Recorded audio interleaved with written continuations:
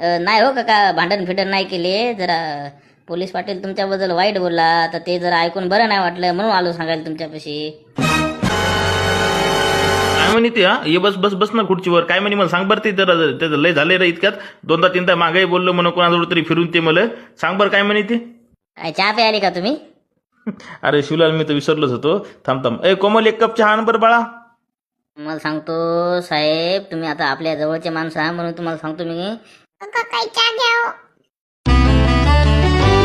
हो काका, येता येता त्याच्या घराच्या बाजून आलो मी, तर तिथं माणसं बसले होते 7-8 जण. तर ते पोलीस पाटील म्हणू लागला की तंटामुक्ती आदेशाला काही अक्कल नाही, काय नाही, भांडण फिडण झाले की घराला कुलूप लावून बाहेर पडतंय म्हणे.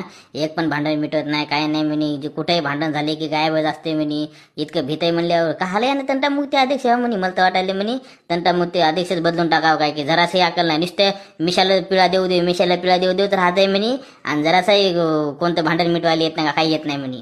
म्हणू लागलं होतं की तुमच्यासारखा हरणकाळजा माणूसच नाही म्हणे, इतका भित्रा आहे ना म्हणे तंटामुक्ती अध्यक्ष म्हणे. वावरात जागलो गेला म्हणे, खुडकून वाजलं तरी दचकतंय म्हणे, हे होतंय ते होतंय म्हणे. सरप पाहिलात म्हणे उड्या हाणून पळतंय म्हणे, इतका भित्रा आहे म्हणे. त्याला अध्यक्ष कालच केलं काय की म्हणे, यावेळेस म्हणे मी त्याला आखलून देतो म्हणे, पदाव काय ठेवतच नाही म्हणे. त्याला निरा गान गेला माणूस आहे म्हणे, हिच्यापेक्षा म्हणे एखादा लहान लेकूर बरं आहे म्हणे. जराशी अकल नाही, काय नाही म्हणे, नुसतं गेलेल्या केसारखं वागतंय म्हणे.